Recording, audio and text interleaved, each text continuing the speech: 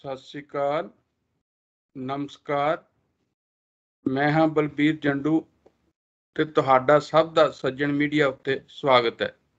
ਅੱਜ ਅਸੀਂ ਗੱਲ ਕਰਾਂਗੇ ਪੰਜਾਬ ਵਿੱਚ ਅਕਾਲੀ ਰਾਜਨੀਤੀ ਦੀ ਕਿ ਪਿਛਲੇ ਲੰਮੇ ਸਮੇਂ 'ਚ ਕਿਸ ਤਰ੍ਹਾਂ ਦੇ ਉਤਰਾਅ ਚੜ੍ਹਾਅ ਆਏ ਔਰ ਕਿਸ ਤਰ੍ਹਾਂ ਜਿਹੜੀ ਦਿੱਲੀ ਗੁਰਦੁਆਰਾ ਕਮੇਟੀ ਹੈ ਉਹਦੇ ਵਿੱਚ ਕਿਸ ਤਰ੍ਹਾਂ ਦੇ ਬਦਲਾਅ ਆਏ ਔਰ ਸਮੁੱਚੀ ਉਸ ਗੱਲ ਨੇ, ਉਸ ਘਟਨਾ ਨੇ ਅਕਾਲੀ ਰਾਜਨੀਤੀ ਨੂੰ ਕਿਸ ਤਰ੍ਹਾਂ ਪ੍ਰਭਾਵਿਤ ਕੀਤਾ ਤੇ ਪੰਜਾਬ ਦੇ ਵਿੱਚ ਇਸ ਵੇਲੇ ਅਕਾਲੀ ਰਾਜਨੀਤੀ ਦੀ ਕੀ ਸਥਿਤੀ ਹੈ।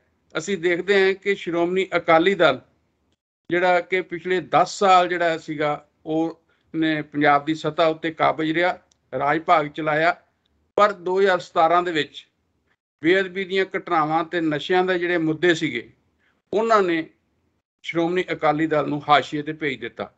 ਤੇ ਅੱਜ ਜਿਹੜੀ ਸਥਿਤੀ ਹੈ ਉਹ ਅਕਾਲੀ ਦਲ ਦੀ ਕੀ ਹੈ ਤੇ ਜਿਸ ਤਰ੍ਹਾਂ ਦਾ ਬਿਕਰਮ ਸਿੰਘ ਮਜੀਠੀਆ ਉੱਤੇ ਕੇਸ ਬਣਿਆ ਉਸ ਤੋਂ ਬਾਅਦ ਅਕਾਲੀ ਦਲ 'ਚ ਕੀ ਉਤਰਾਅ ਚੜ੍ਹਾਅ ਆਏ। ਤਾਂ ਤੀਸਰੀ ਗੱਲ ਕਿ ਬਾਕੀ ਜਿਹੜੇ ਹੋਰ ਵੀ ਛੋਟੇ ਅਕਾਲੀ ਦਲ ਜਿਹੜੇ ਹੋਰ ਧੜੇ ਹੈਗੇ ਅਕਾਲੀ ਦਲ ਦੇ, ਜਿਸ ਤਰ੍ਹਾਂ ਸ਼੍ਰੋਮਣੀ ਅਕਾਲੀ ਦਲ ਸੰਯੁਕਤ ਹੈ, ਮਾਨ ਅਕਾਲੀ ਦਲ ਹੈ, ਇਸ ਤਰ੍ਹਾਂ ਇਹ ਸਾਰੀ ਸਮੁੱਚੀ ਜਿਹੜੀ ਅਕਾਲੀ ਰਾਜਨੀਤੀ ਆ ਉਸ ਦੀ ਕੀ ਸਥਿਤੀ ਹੈ, ਇਸ ਦੇ ਬਾਰੇ ਚਰਚਾ ਕਰਨ ਲਈ ਅੱਜ ਸਾਡੇ ਵਿਸ਼ੇਸ਼ ਮਹਿਮਾਨ ਨੇ ਸਰਦਾਰ ਜਸਪਾਲ ਸਿੰਘ ਸਿੱਧੂ ਹੋਣੀ। ਔਰ ਉਹਨਾਂ ਦਾ ਬੜਾ ਲੰਬਾ ਤਜਰਬਾ ਹੈ ਔਰ ਖਾਸ ਕਰਕੇ ਉਹਨਾਂ ਨੇ ਸਿੱਖ ਰਾਜਨੀਤੀ ਤੇ ਅਕਾਲੀ ਰਾਜਨੀਤੀ ਨੂੰ ਬੜਾ ਨੇੜਿਓਂ ਦੇਖਿਆ ਤੇ ਨਾਲ ਦੀ ਨਾਲ ਉਹਨਾਂ ਨੇ ਇਸ ਦੇ ਬਾਰੇ ਆਪਣੀਆਂ ਕਿਤਾਬਾਂ ਵੀ ਲਿਖੀਆਂ ਹੈਗੀਆਂ। ਖਾਸ ਕਰਕੇ ਜਿਹੜਾ 1984 ਦਾ ਜੋ ਘਟਨਾਕ੍ਰਮ ਹੈ, ਚਾਹੇ ਉਹ ਸਾਕਾ ਨੀਲਾ ਤਾਰਾ ਹੈ ਤੇ ਚਾਹੇ 1984 ਦੀਆਂ ਘਟਨਾਵਾਂ ਦਿੱਲੀ ਦੀਆਂ, ਉਹ ਸਾਰੇ ਨੂੰ ਬੜੇ ਵਿਸਥਾਰ ਨਾਲ ਆਪਣੀਆਂ ਕਿਤਾਬਾਂ ਵਿੱਚ ਵੀ ਉਸ ਦਾ ਜ਼ਿਕਰ ਕੀਤਾ ਤੇ ਅਸੀਂ ਉਹਨਾਂ ਨੂੰ ਆਪਣੇ ਚੈਨਲ ਤੇ ਜੀ ਆਇਆਂ ਆਖਦੇ ਹਾਂ। ਸਿੱਧੂ ਸਾਹਿਬ, ਤੁਹਾਡਾ ਬਹੁਤ ਬਹੁਤ ਸਵਾਗਤ ਹੈ। ਸ਼ੁਕਰੀਆ ਜੀ, ਧੰਨਵਾਦ। ਤੇ ਸਿੱਧੂ ਸਾਹਿਬ, ਤੁਸੀਂ ਕਿਸ ਤਰ੍ਹਾਂ ਦੇਖਦੇ ਹੋ ਮੌਜੂਦਾ ਅਕਾਲੀ ਰਾਜਨੀਤੀ ਦੀ ਜਿਹੜੀ ਸਥਿਤੀ ਹੈ ਕੀ ਹੈ?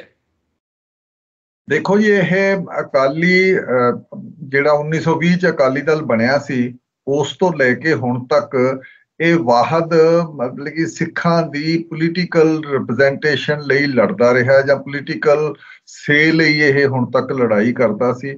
ਪਰ ਇਹ ਸਾਰਾ ਕੁਝ ਕਾਫੀ ਦੇਰ 84 ਤੋਂ ਬਾਅਦ ਬਦਲ ਗਿਆ ਤੇ ਖਾਸ ਕਰਕੇ ਅਸੀਂ ਜਿਹੜਾ ਮੋਗੇ ਦਾ 1996 ਦਾ ਮੋਗੇ ਦੀ ਜਿਹੜੀ ਕਾਨਫਰੰਸ ਸੀ ਜਿਹਦੇ ਵਿੱਚ ਇਹਨਾਂ ਨੇ ਇਹ ਕਿਹਾ ਵੀ ਸੋਲ ਜਿਹੜੀ ਅਕਾਲੀਆਂ ਦੀ ਸਿੱਖਾਂ ਦੀ ਜਥੇਬੰਦੀ ਤੋਂ ਹੁਣ ਅਸੀਂ ਪੰਜਾਬ ਦੀ ਜਥੇਬੰਦੀ ਬਣ ਗਏ, ਹੁਣ ਅਸੀਂ ਪੰਜਾਬੀ ਪਾਰਟੀ ਬਣ ਗਏ ਆ।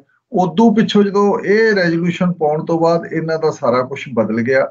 ਉਸ ਤੋਂ ਬਾਅਦ ਇਹਨਾਂ ਨੇ ਤੁਰਤ ਸੈਂਟਰ ਦੇ ਵਿੱਚ ਬੀਜੇਪੀ ਨਾਲ ਅਨਕੰਡੀਸ਼ਨਲ ਜਿਹੜੀ ਸਪੋਰਟ ਦਿੱਤੀ। ਉਹਨੂੰ ਅਨਕੰਡੀਸ਼ਨਲ ਸਪੋਰਟ ਦਾ ਮਤਲਬ ਹੁੰਦਾ ਵੀ ਸਰੈਂਡਰ ਹੀ ਕੀਤਾ ਇੱਕ ਤਰੀਕੇ ਨਾਲ।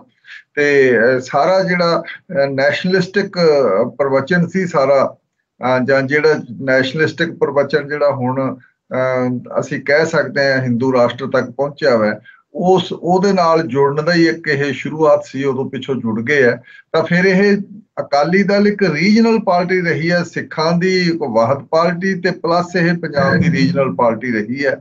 ਉਹ ਸਰੂਪ ਇਹ ਕਾਫੀ ਦੇਰ ਦਾ ਉਹ ਕਲੇਮ ਜਿਹੜਾ ਹੈ ਉਹ ਛੱਡ ਵੀ ਚੁੱਕੇ ਹੈ, ਰੈਜ਼ੋਲੂਸ਼ਨ ਪਾ ਕੇ ਵੀ ਤੇ ਪ੍ਰੈਕਟੀਕਲ ਆਪਣੀ ਰਾਜਨੀਤੀ ਵਿੱਚ। ਪਰ ਇੱਕ ਗੱਲ ਇਹਦੇ 'ਚ ਜਿਹੜੀ ਹੈਗੀ ਹੈ ਉਹ ਇਹ ਹੈਗੀ ਹੈ ਕਿ ਜਿਸ ਤਰ੍ਹਾਂ ਸ਼੍ਰੋਮਣੀ ਅਕਾਲੀ ਦਲ ਤੇ ਸਰਦਾਰ ਪ੍ਰਕਾਸ਼ ਸਿੰਘ ਬਾਦਲ ਦੀ ਅਗਵਾਈ ਦੇ ਵਿੱਚ ਲਗਾਤਾਰ ਇਹ ਗੱਲ ਕਹਿੰਦੇ ਰਹੇ ਕਿ ਕੇਂਦਰ ਨੇ ਪੰਜਾਬ ਨਾਲ ਜ਼ਿਆਦਤੀਆਂ ਕੀਤੀਆਂ, ਕੇਂਦਰ ਨੇ ਪੰਜਾਬ ਨਾਲ ਧੱਕਾ ਕੀਤਾ। ਉਹਨਾਂ ਦੀ ਰਾਜਨੀਤੀ ਦਾ ਬਿਰਤਾਂਤ ਹੀ ਇੱਥੋਂ ਸ਼ੁਰੂ ਹੁੰਦਾ ਸੀਗਾ ਤੇ ਅਸੀਂ ਦੇਖਦੇ ਹਾਂ ਕਿ ਜਿੰਨੀ ਦੇਰ ਕੇਂਦਰ ਵਿੱਚ ਜਿਨ੍ਹਾਂ ਦੇ ਐਨਡੀਏ ਦੇ ਜਿਹੜੇ ਭਾਈਵਾਲ ਰਹੇ ਆ ਉਹ ਸਰਕਾਰਾਂ ਰਹੀਆਂ, ਉਹਨਾਂ ਨੇ ਕਦੇ ਵੀ ਪੰਜਾਬ ਦੇ ਉਹ ਮੁੱਦੇ ਨਹੀਂ ਉਠਾਏ ਜਿਨ੍ਹਾਂ ਬਾਰੇ ਹਮੇਸ਼ਾ ਹੀ ਕਹਿੰਦੇ ਰਹੇ ਕਿ ਕੇਂਦਰ ਨੇ ਧੱਕਾ ਕੀਤਾ ਤੇ ਬਾਅਦ ਚ ਕੇਂਦਰ ਨਾਲ ਇਹਨਾਂ ਨੇ ਇਸ ਤਰ੍ਹਾਂ ਸਾਂਝ ਪਾ ਲਈ।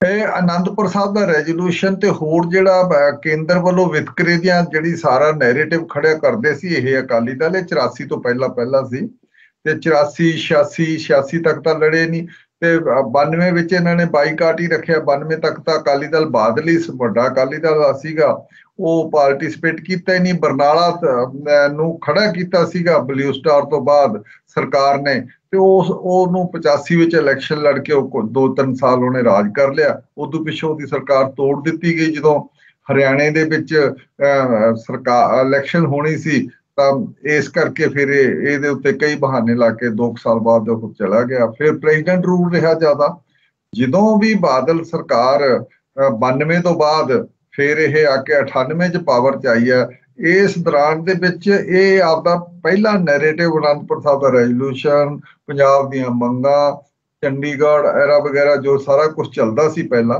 ਉਹ ਸਾਰੇ ਨੂੰ ਛੱਡ ਚੁੱਕੇ ਸੀ। ਫਿਰ ਇਹਨਾਂ ਨੇ ਕੋਈ ਗੱਲ ਨਹੀਂ ਉਠਾਈ। 98 ਚ ਪਾਵਰ ਚ ਆਉਣ ਤੋਂ ਪਹਿਲਾਂ ਇਹਨਾਂ ਦਾ ਇਹ ਵੀ ਹੁੰਦਾ ਸੀ ਵੀ ਅਸੀਂ ਪੰਜਾਬ ਦੇ ਵਿੱਚ ਜਿੰਨੇ ਐਕਸੈਸਿਸ ਹੋਏ ਆ ਜਾਂ ਜਿਹੜੀਆਂ ਜ਼ਿਆਦਤੀਆਂ ਹੋਈਆਂ ਅਸੀਂ ਉਹਨਾਂ ਦੇ ਆ ਕੇ ਇਨਵੈਸਟੀਗੇਸ਼ਨ ਕਰਾਵਾਂਗੇ, ਸਜ਼ਾ ਦੇਵਾਂਗੇ। ਮੁੜ ਕੇ ਤਾਂ ਫਿਰ ਇਹੀ ਹੁੰਦਾ ਸੀ ਜੀ ਭੁੱਲ ਜਾਓ, ਹੁਣ ਛੱਡੋ ਜੀ, ਸਭ ਠੀਕ ਹੈ ਜੀ, ਬੜੇ ਸਾਲ ਲੰਘ ਗਏ। ਇਹ ਸਾਰਾ ਕੁਝ ਬਾਦਲ ਅਕਾਲੀ ਦਲ ਦਾ ਪ੍ਰਵਚਨ ਇਹੀ ਰਿਹਾ। ਤੇ ਇਸ ਕਰਕੇ ਅੱਛਾ, ਇਹ ਜਦੋਂ ਸਾਰਾ ਕੁਝ ਕਰਨ ਲੱਗ ਗਏ ਤਾਂ ਜਦੋਂ ਸੈਂਟਰ ਨਾਲ ਜੁੜ ਗਏ ਜਾਂ ਸੈਂਟਰਿਸਟ ਪਾਰਟੀ ਨਾਲ ਜੁੜ ਗਏ, ਖਾਸ ਕਰਕੇ ਨੈਸ਼ਨਲਿਸਟ ਪਾਰਟੀ ਨਾਲ ਜੁੜ ਗਏ, ਤਾਂ ਫਿਰ ਇਹ ਇੱਕ ਰੀਜਨਲ ਪਾਰਟੀ ਵਾਲਾ ਸਰੂਪ ਵੀ ਗਵਾ ਚੁੱਕੇ ਆ। ਹੁਣ ਸਾਡੇ ਪੰਜਾਬ ਦੇ ਵਿੱਚ ਕੋਈ ਰੀਜਨਲ ਪਾਰਟੀ ਨਹੀਂ, ਦੇਸ਼ ਦੇ ਬਹੁਤ ਹਿੱਸਿਆਂ ਵਿੱਚ ਰੀਜਨਲ ਪਾਰਟੀਆਂ ਉਸੇ ਤਰੀਕੇ ਨਾਲ ਖੜੀਆਂ ਕੰਮ ਕਰ ਰਹੀਆਂ। ਇੱਥੋਂ ਤੱਕ ਯੂਪੀ ਵਿੱਚ ਵੀ ਰੀਜਨਲ ਪਾਰਟੀਆਂ, ਸਮਾਜਵਾਦੀ ਪਾਰਟੀ ਤੇ ਇਹੋ ਜਿਹੀਆਂ ਖੜੀਆਂ। ਔਰ ਬਿਹਾਰ ਰਾਸ਼ਟਰੀ ਜਨਤਾ ਦਲ ਹੈ, ਬਿਹਾਰ ਰਾਸ਼ਟਰੀ ਜਨਤਾ ਦਲ ਖੜਾ, DMK ਖੜਾ। ਹਰ ਸਟੇਟ ਦੇ ਵਿੱਚ ਇੱਕ ਤਕੜੀ ਅਸੀਂ ਕਹਿ ਸਕਦੇ ਹਾਂ ਨੈਸ਼ਨਲ ਪਾਰਟੀ ਦੇ ਨਾਲ ਨਾਲ ਇੱਕ ਸਟੇਟ ਪਾਰਟੀ ਵੀ ਖੜੀ ਹੈ। ਇੱਥੇ ਆਪਦਾ ਸਰੂਪ ਗਵਾ ਲਿਆ ਕਿਉਂਕਿ ਮਰਜ ਕਰਕੇ ਨੈਸ਼ਨਲਿਸਟ ਪਾਰਟੀ ਨਾਲ। ਫਿਰ ਇੱਥੇ ਦੋ ਪਾਰਟੀਆਂ ਦੀ ਆਪਸ ਵਿੱਚ ਦੀ ਲੜਾਈ ਰਹੀ। ਕਾਂਗਰਸ ਹੈ, ਇਹਨਾਂ ਦਾ ਆਪਦੀ ਫਾਈਟ ਹੁੰਦੀ ਸੀ। ਕਾਂਗਰਸ ਵੀ ਇੱਕ ਨੈਸ਼ਨਲਿਸਟ ਪਾਰਟੀ ਹੈ, ਉਹਦਾ ਸਾਰੇ ਦੇਸ਼ ਦੇ ਵਿੱਚ ਬੇਸ ਹੈ। ਤੇ BJP ਦਾ ਵੀ ਸਾਰਾ ਨੈਸ਼ਨਲ ਲੈਵਲ ਦੀ ਪਾਰਟੀ ਹੈ। ਇਸ ਕਰਕੇ ਦੋ ਪਾਰਟੀਆਂ ਨਾਲ ਇਹ ਵੀ ਜੁੜੇ ਰਹੇ ਤੇ ਦੋ ਨੈਸ਼ਨਲ ਪਾਰਟੀਆਂ ਦੀ ਇੱਥੇ ਇਲੈਕਸ਼ਨ ਵਿੱਚ ਫਾਈਟ ਹੁੰਦੀ ਰਹੀ ਜਾਂ ਆਪਦੇ ਸੱਤਾ ਲਈ ਫਾਈਟ ਹੁੰਦੀ ਰਹੀ। ਤਾਂ ਉਹਦੇ ਵਿੱਚ ਕੀ ਹੋਇਆ ਵੀ ਸਾਡੇ ਪੰਜਾਬ ਦੇ ਵਿੱਚ ਰੀਜਨਲ ਪਾਰਟੀ ਰਹੀ ਨਹੀਂ। ਇਹ ਸਾਰੇ ਦੌਰ ਦੇ ਵਿੱਚ ਇੱਕ ਤਰੀਕੇ ਨਾਲ ਬਾਈ ਪ੍ਰੋਕਸੀ ਸਾਡੇ ਤੇ ਸੈਂਟਰ ਦਾ ਰਾਜ ਰਿਹਾ ਜਾਂ ਸੈਂਟਰ ਦੀਆਂ ਪਾਲਿਸੀਆਂ ਤੇ ਇੱਥੇ ਚੱਲਦੀਆਂ ਰਹੀਆਂ ਸਾਰੀਆਂ। ਇਸੇ ਕਰਕੇ ਸਾਰੀਆਂ ਸੈਂਟਰ ਦੀਆਂ ਪਾਲਿਸੀਆਂ ਹੋਣ ਕਰਕੇ ਤਾਂ ਇੱਥੇ ਕੋਈ ਵੀ ਲੋਕ ਪ੍ਰਤੀ ਜਾਂ ਲੋਕਾਂ ਨੂੰ ਇਹ ਨਹੀਂ ਅਹਿਸਾਸ ਹੋ ਰਿਹਾ ਵੀ ਇਹ ਸਾਡੀ ਸਰਕਾਰ ਹੈ ਕਿ ਨਹੀਂ। ਅਕਾਲੀ ਦਲ 7 ਚ ਪਹਿਲਾਂ ਜਿੱਤ ਕੇ ਆਇਆ, 7 ਤੋਂ 12 ਤੱਕ ਰਿਹਾ, 12 ਤੋਂ 17 ਤੱਕ ਰਿਹਾ। ਇਹ ਜਿਹੜੇ 10 ਸਾਲ ਰਿਹਾ ਉਹਦੇ ਵਿੱਚ ਲੋਕਾਂ ਨੂੰ ਐਂ ਲੱਗਦਾ ਸੀ ਵੀ ਕੌਣ ਰਾਜ ਕਰਦਾ, ਦਿੱਲੀ ਤੋਂ ਰਾਜ ਹੋ ਰਿਹਾ ਸਾਡੇ ਤੇ ਕਾਂਗਰਸ ਤਾਂ ਹਮੇਸ਼ਾ ਦਿੱਲੀ ਤੋਂ ਰਾਜ ਕਰਦੀ ਹੈ। ਉਸ ਨੂੰ ਫਿਰ 17 ਤੋਂ ਬਾਅਦ ਹਰਾਉਣ ਲਈ ਇੱਕ ਰੀਜਨਲ ਪਾਰਟੀ ਦਾ ਸਰੂਪ ਹੀ ਧਾਰਨ ਕੀਤਾ ਕਾਂਗਰਸ ਨੇ ਕੈਪਟਨ ਅਮਰਿੰਦਰ ਸਿੰਘ ਦੇ ਥੱਲੇ। ਤਾਂ ਫਿਰ ਬਹੁਤ ਜ਼ਿਆਦਾ ਸੀਟਾਂ 70-75 ਸੀਟਾਂ ਲੈ ਕੇ ਉਹ ਜਿੱਤਿਆ। ਤੇ ਇਸ ਕਰਕੇ ਉਹ ਕਾਂਗਰਸ ਹੀ ਰੀਜਨਲ ਪਾਰਟੀ ਦਾ ਇੱਥੇ ਰੋਲ ਕਰਨ ਲੱਗੀ। ਅਕਾਲੀ ਦਲ ਕੋਲੇ ਹੈ ਨਹੀਂ ਰੀਜਨਲ ਪਾਰਟੀ ਦਾ ਰੋਲ। ਉਹ ਕੋਸ਼ਿਸ਼ ਕਰਦੇ ਆ ਐਕਚੁਅਲੀ ਉਹ ਜਿਹੜੀਆਂ ਅੱਜ ਦੀਆਂ ਟੈਕਨੀਕਸ ਆ ਉਹਦੇ ਵਿੱਚ ਉਹ ਥੋੜਾ ਜਿਹਾ ਵੋਟ ਬੈਂਕ ਪੋਲਿਟਿਕਸ, ਉਹ ਸਰਸੇ ਵਾਲਾ ਤੇ ਹੋਰ ਸਾਰੇ ਜਾਂ ਬੇਅਦਬੀਆਂ ਦੇ ਘਟਨਾਵਾਂ ਦੇ ਨਾਲ ਸਾਰੇ ਉਹਦੇ ਪਿੱਛੇ ਵੋਟ ਬੈਂਕ ਆਪਣਾ ਖੜਾ ਕਰਨਾ ਸੀ। ਉਹ ਸਾਰੀ ਪੋਲਿਟਿਕਸ ਵਿੱਚ ਅਕਾਲੀ ਦਲ ਰੁੱਝ ਗਿਆ ਜਾਂ ਇਨਵੋਲਵ ਹੋ ਗਿਆ ਜਾਂ ਉਹਦੇ 'ਚ ਫਸ ਗਿਆ। ਉਹ ਜਿਹੜਾ ਉਹ ਚੋਂ ਫਿਰ ਨਿਕਲ ਹੀ ਨਹੀਂ ਸਕਿਆ ਹਜੇ ਤੱਕ। ਹਾਂਜੀ, ਜਿਹੜੇ ਅਕਾਲੀ ਦਲ ਸਿੱਖ ਜਮਾਤ ਜਾਂ ਸਿੱਖ ਧਰਮ ਦੀ ਜਾਂ ਸਿੱਖ ਭਾਈਚਾਰੇ ਦੀ ਪ੍ਰਤੀਨਿਧਤਾ ਕਰਦੀ ਸੀ, ਉਸ ਤੋਂ ਕਿਤੇ ਉਖੜ ਗਿਆ ਨਹੀਂ ਲੱਗਦਾ ਅਕਾਲੀ ਦਲ? ਬਿਲਕੁਲ ਹੀ ਉਖੜ ਗਿਆ। ਉਹ ਤਾਂ 96 ਤੋਂ ਬਾਅਦ ਉਖੜ ਹੀ ਗਿਆ। 96 ਤੋਂ ਤਾਂ ਕਹਿ ਹੀ ਦਿੱਤਾ ਵੀ ਅਸੀਂ ਸੋਲ ਅਕਾਲੀ ਸਿੱਖਾਂ ਦੀ ਜਾਂ ਸਿੱਖ ਧਰਮ ਦੀ ਜਾਂ ਸਿੱਖ ਭਾਈਚਾਰੇ ਦੀ ਪ੍ਰਤੀਨਿਧਤਾ ਨਹੀਂ ਕਰਦੇ, ਅਸੀਂ ਪੰਜਾਬ ਦੀ ਪ੍ਰਤੀਨਿਧਤਾ ਕਰਾਂਗੇ। ਉਹਨਾਂ ਦਾ ਰੈਜ਼ੋਲੂਸ਼ਨ ਹੈ ਮੋਗਾ ਕਾਨਫਰੰਸ ਦਾ। ਉਦੋਂ ਉਸ ਦੇ ਪਿੱਛੋਂ ਤਾਂ ਸਾਰਾ ਕਰੈਕਟਰ ਹੀ ਉਹਨਾਂ ਨੇ ਬਦਲ ਗਿਆ। ਤੇ ਫਿਰ ਉੱਤੋਂ ਨਾਲ ਦੀ ਨਾਲ ਉਹਨਾਂ ਨੇ ਸਮਝੌਤਾ ਕਰ ਲਿਆ BJP ਨਾਲ। ਤੇ ਇਸ ਕਰਕੇ ਫਿਰ ਉਹਦਾ ਸਾਰਾ ਸਰੂਪ ਰੀਜਨਲ ਪਾਰਟੀ ਵਾਲਾ ਸਰੂਪ ਰਿਹਾ ਨਹੀਂ। ਹੁਣ ਫਿਰ ਉਸ ਪਾਸੇ ਨੂੰ ਪਹਿਲੀਆਂ ਜਿਹੜੀਆਂ ਰਵਾਇਤਾਂ ਸੀਗੀਆਂ ਜਾਂ ਪੰਥ ਦੀ ਗੱਲ ਸੀ ਉਹਦੇ ਨੂੰ ਮੋੜ ਰਹੇ ਕਿ ਉੱਥੇ ਹੁਣ ਵੀ ਜਿਹੜਾ ਦੂਸਰੀਆਂ ਪਾਰਟੀਆਂ ਵਰਗਾ ਉਹਨਾਂ ਦਾ ਭੂਮਿਕਾ ਰਹੇਗੀ?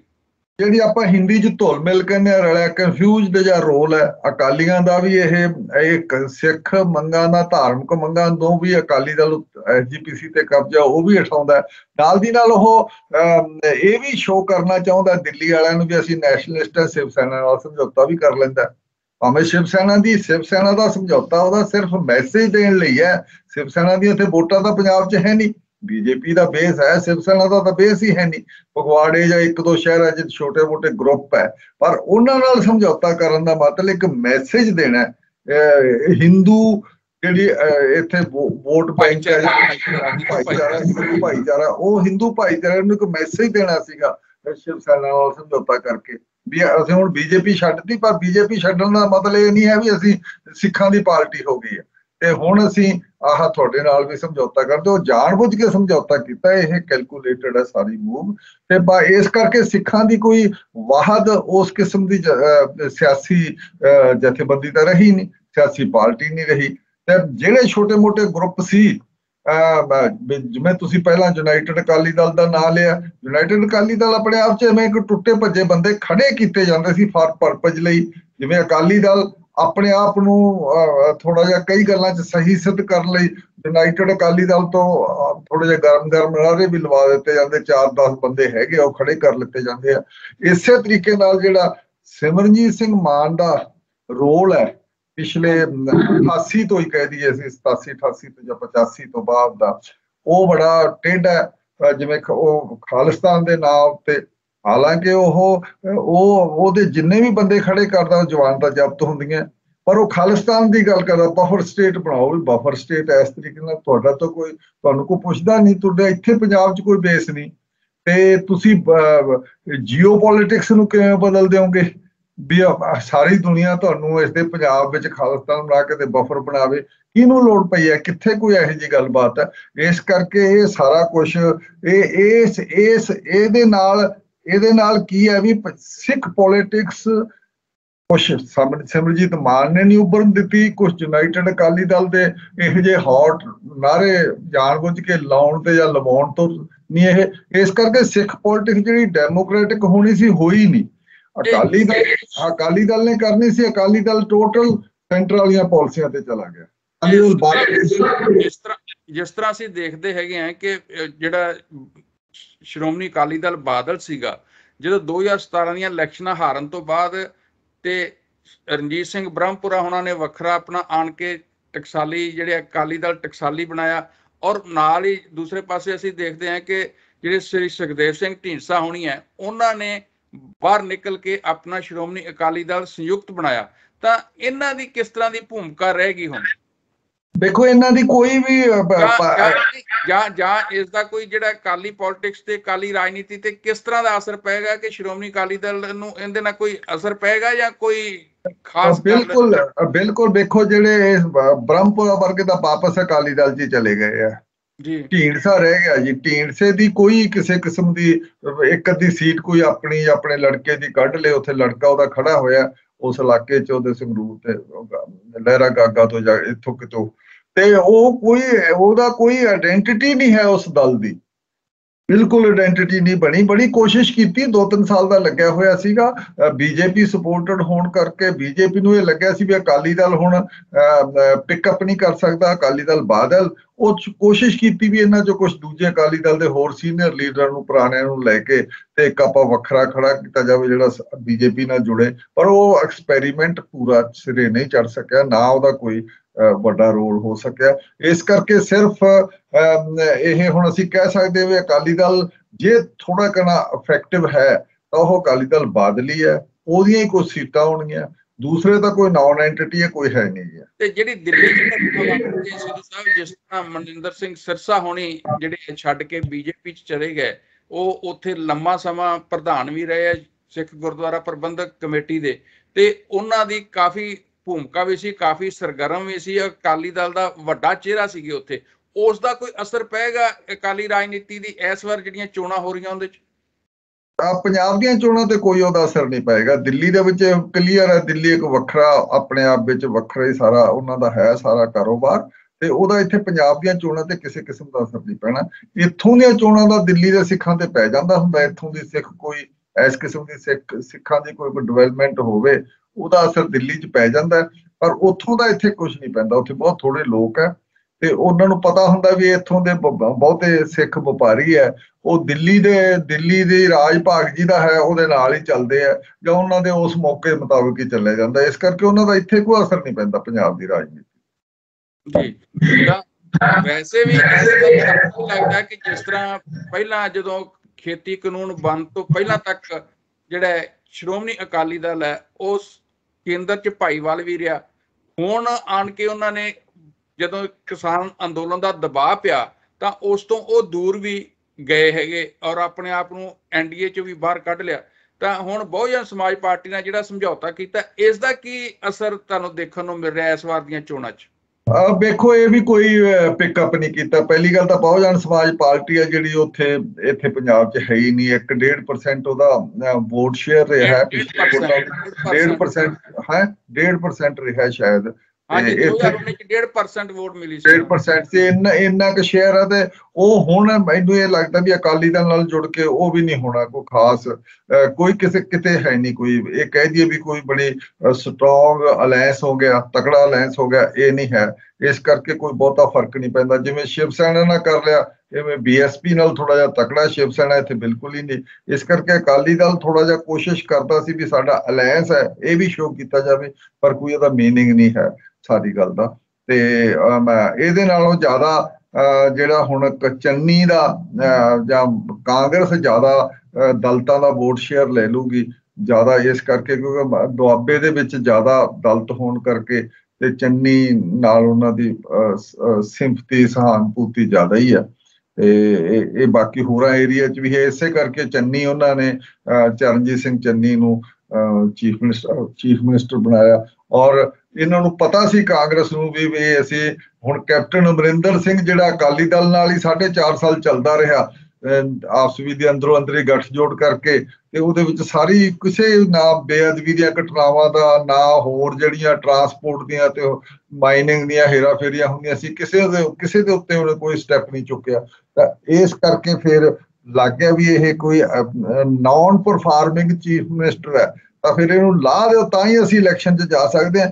ਇਸੇ ਕਰਕੇ ਕਿਸੇ ਚੀਫ ਮਿਨਿਸਟਰ ਨੂੰ 4.5 ਸਾਲ 6 ਮਹੀਨੇ ਪਹਿਲਾਂ ਇਲੈਕਸ਼ਨ ਤੋਂ ਲਾਉਣਾ ਤੇ ਐਡੂ ਵੱਡਾ ਡਿਸਗ੍ਰੇਸਫੁਲ ਤੇ ਮਤਲਬ ਕਿ ਵੀ ਉਹਨੂੰ ਥੱਲੇ ਲਾਉਣ ਵਾਲਾ, ਇਨਸਲਟ ਵਾਲਾ ਹੋਰ ਕੋਈ ਕੰਮ ਨਹੀਂ ਹੁੰਦਾ ਜਿੰਨਾ ਕੈਪਟਨ ਅਮਰਿੰਦਰ ਸਿੰਘ ਨਾਲ ਹੋਇਆ। ਇਸ ਕਰਕੇ ਉਹ ਬਾਹਰ ਨਿਕਲ ਕੇ ਪਾਰਟੀ ਬਣਾ ਲਈ ਹੈ, ਵੱਖਰੀ ਹੈ, ਪਰ ਉਹਦੀ ਕੋਈ ਵੀ ਕਿਸੇ ਕਿਸਮ ਦੀ ਪੋਲੀਟੀਕਲ ਹੈਵੀ ਵੇਟ ਰਿਹਾ ਹੀ ਨਹੀਂ ਉਹ। ਹਾਂਜੀ, ਤੇ ਸਿਰਸਾ ਜਿਹੜਾ ਬਿਕਰਮ ਸਿੰਘ ਮਜੀਠੀਆ ਤੇ ਜਿਹੜੀ ਹੁਣ ਕੇਸ ਬਣਿਆ ED ਵੱਲੋਂ ਬਣਾਇਆ ਗਿਆ, ਬਕਾਇਦਾ ਜਿਹੜੀ ਪੰਜਾਬ ਸਰਕਾਰ ਵੱਲੋਂ ਸਿੱਟ ਬਣਾਈ ਗਈ ਸੀ, ਉਹ ਸਾਰਾ ਜਿਹੜਾ ਮਾਮਲਾ ਹੈਗਾ, ਤੇ ਉਹਨਾਂ ਨੂੰ ਬੇਸ਼ੱਕ ਉੱਥੋਂ ਸੁਪਰੀਮ ਕੋਰਟ ਤੋਂ ਤਾਂ ਰਾਹਤ ਮਿਲ ਗਈ ਹੈਗੀ ਹੈ ਅਜੇ ਹਾਲ ਦੀ ਘੜੀ ਤਾਂ ਜ਼ਮਾਨਤ ਵਿੱਚ, ਤੇ ਤੁਹਾਨੂੰ ਕੀ ਲੱਗਦਾ ਹੈ ਕਿ ਉਹਦਾ ਕੋਈ ਅਸਰ ਪਏਗਾ ਅਕਾਲੀ ਰਾਜਨੀਤੀ 'ਚ? ਅਕਾਲੀ ਰਾਜਨੀਤੀ ਤੇ ਇਹਨਾਂ ਨੇ ਕੋਸ਼ਿਸ਼ ਕੀਤੀ ਸੀ, ਜਦੋਂ ਕੇਸ ਬਣਿਆ ਸੀ FIR ਕੀਤੀ ਸੀ ਤੇ ਵੀ ਧਰਨੇ ਦੇਣੇ, ਉਹ ਧਰਨੇ ਪਿਕਅਪ ਨਹੀਂ ਕਰ ਸਕੇ, ਲੋਕ ਆਏ ਨਹੀਂ। ਇਹਨਾਂ ਨੂੰ ਅਕਾਲੀ ਦਲ ਨੂੰ ਲੱਗਿਆ ਵੀ ਰਿਸਪੌਂਸ ਨਹੀਂ ਮਿਲ ਰਿਹਾ, ਚੁੱਪ ਕਰ ਗਏ ਆ।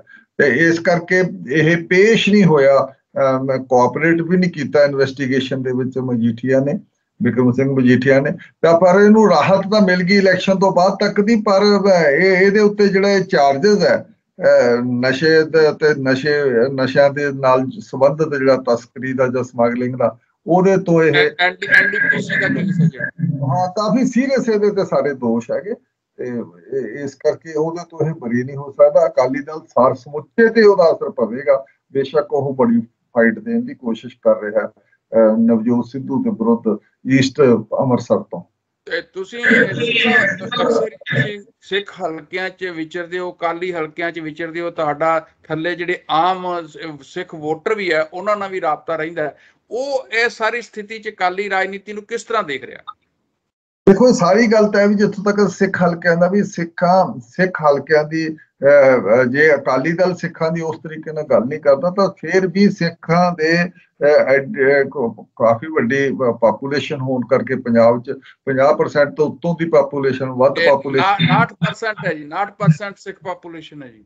ਸਿੱਖ ਪਾਪੂਲੇਸ਼ਨ ਇੰਨੀ ਹੋਣ ਕਰਕੇ ਉਹਨਾਂ ਦੀ ਜੇ ਉਹਨਾਂ ਵਿੱਚ ਕੋਈ ਸਿੱਖ ਜਥੇਬੰਦੀ ਵੀ ਖੜੀ ਹੁੰਦੀ ਹੈ, ਉਹਦਾ ਕਲਾਊਟ ਬਣਦਾ। ਉਹ ਚੋਣਾਂ 'ਚ ਸਿੱਧਾ ਪਾਰਟੀਸਪੇਟ ਨਾ ਵੀ ਕਰੇ, ਫਿਰ ਵੀ ਉਹ ਚੋਣਾਂ 'ਚ ਅਸਰਅੰਦਾਜ਼ ਹੁੰਦੀ ਹੈ। ਪਰ ਬੜੀ ਬਦਕਿਸਮਤੀ ਹੈ ਇਹਨਾਂ ਦੀ, ਖਾਸ ਕਰਕੇ ਮੈਨੂੰ ਐਂ ਲੱਗਦਾ ਵੀ ਕਿਸਾਨ ਮੋਰਚੇ ਦੀਆਂ ਜਿਹੜੀਆਂ ਦੇ ਵਿੱਚ ਕਿਸੇ ਵੀ ਕਿਸਾਨ ਸਿੱਖ ਜਥੇਬੰਦੀ ਨੇ ਕੋਈ ਸਹੀ ਸਟੈਂਡ ਨਹੀਂ ਲਿਆ, ਵਿਰੋਧੀ ਸਟੈਂਡ ਲਿਆ, ਜਾਂ 26 ਜਨਵਰੀ ਦੀਆਂ ਘਟਨਾਵਾਂ ਵਿੱਚ ਉਲਟਾ ਸਾਰਾ ਉਹਨਾਂ ਨੇ ਸਟੈਂਡ ਲਿਆ, ਜਾਂ ਦੀਪ ਸਿੱਧੂ ਦੀ ਛੋਟੀ ਮੋਟੀ ਜਿਹੜੀ ਇਹ ਪ੍ਰਕਿਰਿਆ ਹੋਈ, ਦੀਪ ਸਿੱਧੂ ਦੀ, ਲੱਖੇ ਸਿਧਾਣੇ ਦੀ, ਇਹਨਾਂ ਕਰਕੇ ਜਿਹਨੂੰ ਇਹ ਸਪੋਰਟ ਕਰਦੇ ਰਹੇ, ਜਾਂ ਨਿਹੰਗ ਸਿੰਘਾਂ ਨੂੰ ਇਹ ਸਪੋਰਟ ਕਰਦੇ ਰਹੇ, ਇਹ ਜਿਹੀਆਂ ਜਿਹੜੀਆਂ ਉਹਦੇ ਵਿੱਚ ਜਥੇਬੰਦੀਆਂ ਦਾ ਛੋਟਾ ਮੋਟਾ ਵੀ ਜਿਹੜਾ ਅਸਰ ਰਸੂਖ ਸੀ ਉਹ ਆਪਦਾ ਖੋ ਬੈਠੀਆਂ। ਇਹ ਸਾਰਾ ਕੁਝ ਹੁਣ ਪੰਜਾਬ ਦੇ ਵਿੱਚ ਬੜੀ ਇਹ ਹੈਰਾਨੀ ਵਾਲੀ ਗੱਲ ਹੁੰਦੀ ਹੈ ਵੀ ਕਿਸੇ ਸਿੱਖ ਜਥੇਬੰਦੀ ਦੀ ਕੋਈ ਸ਼ਮੂਲੀਅਤ ਨਹੀਂ, ਕੋਈ ਅਸਰਅੰਦਾਜ਼ ਨਹੀਂ, ਕੋਈ ਦਖਲਅੰਦਾਜ਼ੀ ਨਹੀਂ ਹੈ। ਇਹ ਅਕਾਲੀ ਦਲ ਕੋਈ ਸ਼ੱਕ ਵਾਲੀ ਗੱਲ ਨਹੀਂ, ਉਹ ਤਾਂ ਸ਼ਿਵ ਸੈਨਾ ਨਾਲ ਸਮਝੌਤਾ ਕਰਦਾ, ਉਹ ਤਾਂ ਆਪਣੇ ਆਪ ਨੂੰ ਸਿੱਖਾਂ ਦੀ ਵਾਹਦ ਜਥੇਬੰਦੀ ਜਾਂ ਸਿੱਖਾਂ ਦੀ ਸਿਆਸੀ ਜਥੇਬੰਦੀ ਸਮਝਦਾ ਹੀ ਨਹੀਂ।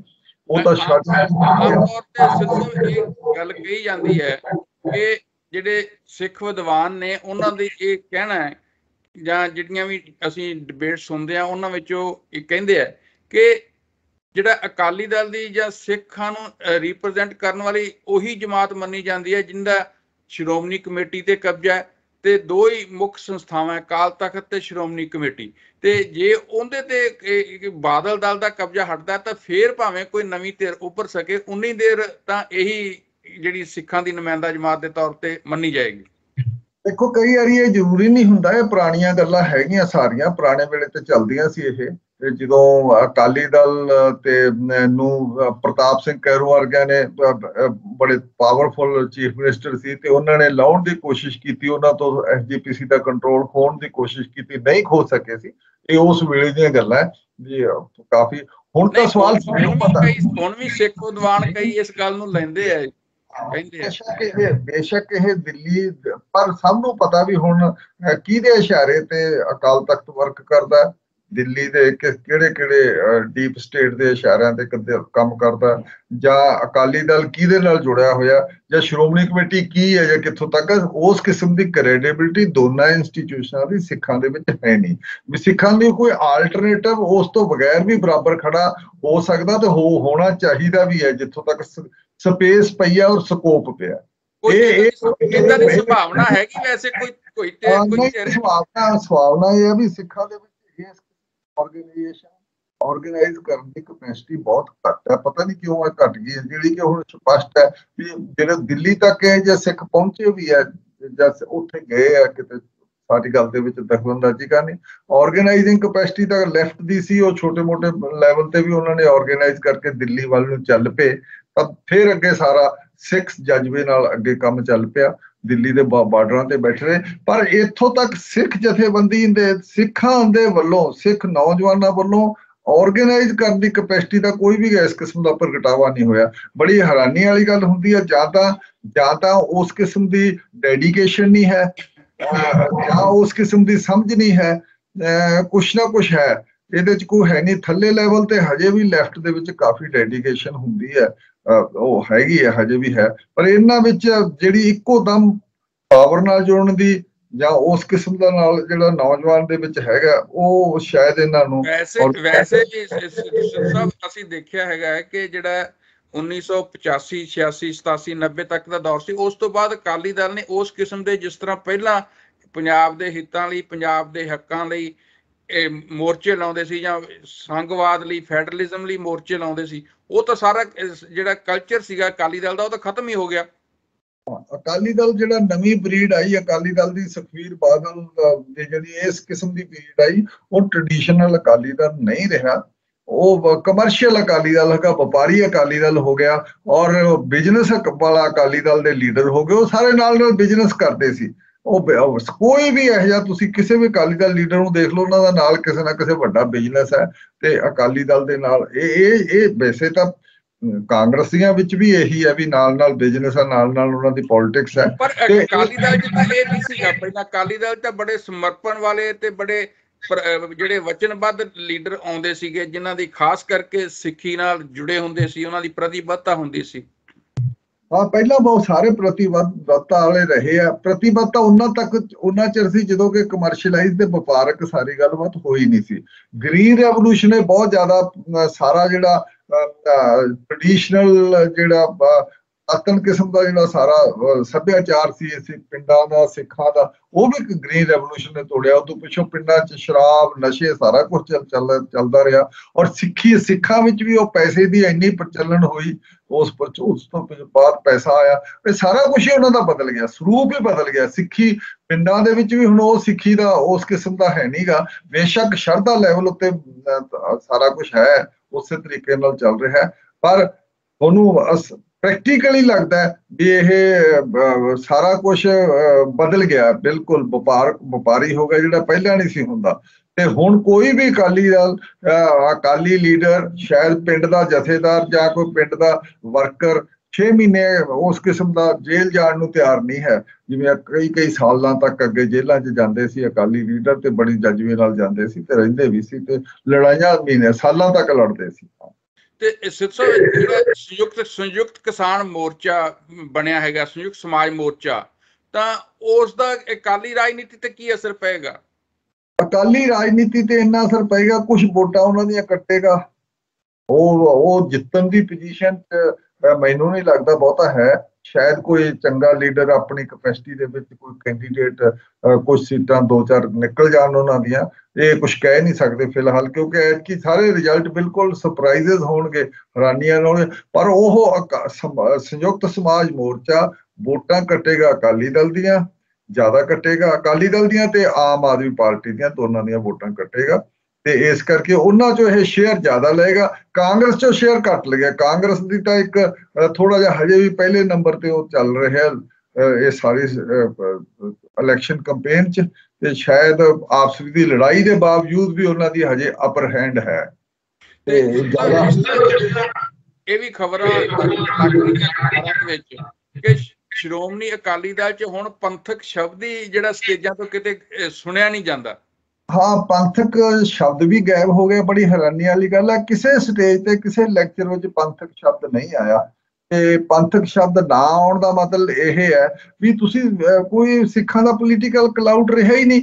ਬੜੀ ਇਹ ਹੈਰਾਨੀ ਵਾਲੀ ਗੱਲ ਹੁੰਦੀ ਹੈ ਵੀ ਸਾਨੂੰ ਐਂ ਵੀ ਲੱਗਣ ਲੱਗ ਗਿਆ ਵੀ ਜਿਵੇਂ ਯੂਪੀ ਬਿਹਾਰ ਤੇ ਇਧਰਲੇ ਪਾਸੇ ਜੇ ਕਿਤੇ ਮੁਸਲਮਾਨਾਂ ਨਾਲ ਜੁੜ ਕੇ ਤੁਸੀਂ ਇਲੈਕਸ਼ਨ ਲੜਦੇ ਹੋ ਤਾਂ ਤੁਸੀਂ ਉਹਦੇ 'ਚ ਵੋਟਾਂ ਤੁਹਾਡੀਆਂ ਕੱਟੀਆਂ ਜਾਂਦੀਆਂ, ਘਟਦੀਆਂ, ਨੁਕਸਾਨ ਹੁੰਦਾ। ਇਸ ਕਰਕੇ ਮੁਸਲਮਾਨਾਂ ਦੀ ਵੋਟ ਹੀ ਨਹੀਂ ਮੰਗੀ ਜਾਂਦੀ। ਇਹ ਸਾਰਾ ਖਾਸ ਕਰਕੇ ਗੁਜਰਾਤ ਐਰਾ ਵਗੈਰਾ ਤੇ ਕਈ ਸੂਬਿਆਂ ਦੇ ਵਿੱਚ, ਜਿਹੜੇ ਹਿੰਦੀ ਬੈਲਟ ਦੇ ਸੂਬੇ ਆ।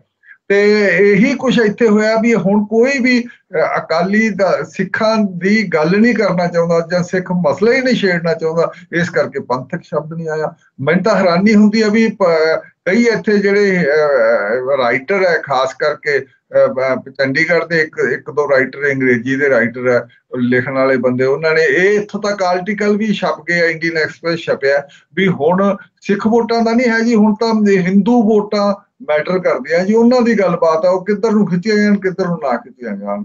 ਇਹ ਉਹਨਾਂ ਨੂੰ ਹੀ ਖਿੱਚਣ ਦੀ, ਉਸ ਹਿੰਦੂ ਵੋਟ ਬੈਂਕ ਚੋਂ ਹੀ ਸ਼ੇਅਰ ਲੈਣ ਦੀ ਸਾਰੇ ਲੀਡਰ, ਸਾਰੀਆਂ ਪਾਰਟੀਆਂ ਦੀ ਕੋਸ਼ਿਸ਼ ਹੈ। ਉਹਨਾਂ ਨੇ ਇਸ ਕਿਸਮ ਦੇ ਆਰਟੀਕਲ ਆ ਰਹੇ ਆ। ਸਭ ਆਪਣਾ ਸਮਾਂ ਵੀ ਖਤਮ ਹੋ ਰਿਹਾ।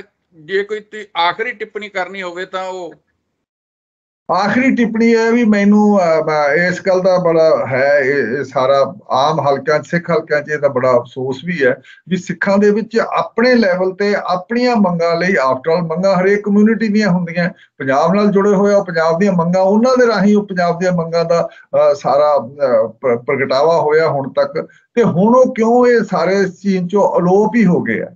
ਪੰਥਕ ਸ਼ਬਦ ਅਲੋਪ ਹੋ ਗਿਆ, ਸਿੱਖ ਆਰਗੇਨਾਈਜੇਸ਼ਨਾਂ ਨਹੀਂ ਕਿਤੇ, ਤੇ ਸਿੱਖ ਕਿਸੇ ਵੀ ਲੈਵਲ ਤੇ ਆਪਣੀ ਨਹੀਂ ਦੇ ਰਿਹਾ। ਕਿਸੇ ਪਾਰਟੀਆਂ ਦੇ ਲੈਵਲ ਤੇ ਆ ਰਹੇ ਆ, ਪਰ ਸਿੱਖਾਂ ਲੈਵਲ ਤੇ ਕੋਈ ਵੀ ਇਲੈਕਸ਼ਨ ਦੇ ਵਿੱਚ ਆਪਣਾ ਕੋਈ ਇੰਟਰਵੈਂਸ਼ਨ ਨਹੀਂ ਹੋ ਰਹੀ। ਇਹ ਬੜੇ ਅਫਸੋਸ ਦੀ ਗੱਲ ਹੈ। ਹਾਂਜੀ, ਇੱਥੇ ਸਾਡੇ ਸ਼ੋਅ ਦਾ ਸਮਾਂ ਸਮਾਪਤ ਹੁੰਦਾ ਹੈ। ਅਸੀਂ ਇੱਥੇ ਹੀ ਆਪਣੀ ਚਰਚਾ ਨੂੰ ਸਮਾਪਤ ਕਰਦੇ ਹਾਂ। ਤਾਂ ਸਾਡੇ ਨਾਲ ਜਿਹੜੇ ਜੁੜੇ ਦਰਸ਼ਕ ਹੈ, ਸਾਡੇ ਦੋਸਤ ਹੈ, ਉਹਨਾਂ ਦਾ ਬਹੁਤ ਬਹੁਤ ਧੰਨਵਾਦ। ਔਰ ਸਾਨੂੰ ਆਸ ਹੈ ਕਿ ਤੁਹਾਨੂੰ ਸਾਡਾ ਇਹ ਸ਼ੋਅ ਜਿਹੜਾ ਪਸੰਦ ਆਇਆ ਹੋਵੇਗਾ। ਤਾਂ ਤੁਸੀਂ ਇਸ ਨੂੰ, ਜੇ ਤੁਹਾਨੂੰ ਪਸੰਦ ਆਇਆ ਹੋਵੇ ਤਾਂ ਲਾਈਕ ਵੀ ਜ਼ਰੂਰ ਕਰਨਾ, ਸ਼ੇਅਰ ਵੀ ਕਰਨਾ, ਤੇ ਸਾਡੇ ਸੱਜਣ ਮੀਡੀਆ ਚੈਨਲ ਨੂੰ ਸਬਸਕ੍ਰਾਈਬ ਵੀ ਕਰਨਾ। ਤਾਂ ਸਿਰ ਸਾਹਿਬ, ਤੁਸੀਂ ਆਪਣੇ ਸਮੇਂ 'ਚ ਸਮਾਂ ਕੱਢ ਕੇ ਸਾਡੇ ਨਾਲ ਜੁੜੇ ਸੱਜਣ ਮੀਡੀਆ ਉੱਤੇ, ਤੁਹਾਡਾ ਵੀ ਬਹੁਤ ਬਹੁਤ ਧੰਨਵਾਦ ਕਿ ਤੁਸੀਂ ਸਿੱਖ ਰਾਜਨੀਤੀ, ਅਕਾਲੀ ਰਾਜਨੀਤੀ ਤੋਂ ਜੋ ਅੱਜ ਦੇ ਰੁਝਾਨ ਹੈਗੇ ਆ ਉਹਨਾਂ ਬਾਰੇ ਸਾਡੇ ਦਰਸ਼ਕਾਂ ਨੂੰ ਜਾਣੂ ਕਰਵਾਇਆ। ਬਹੁਤ ਬਹੁਤ ਧੰਨਵਾਦ ਸਿਰ ਸਾਹਿਬ। ਧੰਨਵਾਦ ਜੀ, ਧੰਨਵਾਦ ਦਰਸ਼ਕਾਂ ਦਾ ਤੇ ਸਰੋਤਿਆਂ ਦਾ, ਧੰਨਵਾਦ ਮੇਰੇ ਵੱਲੋਂ, ਸ਼ੁਕਰੀਆ। ਧੰਨਵਾਦ।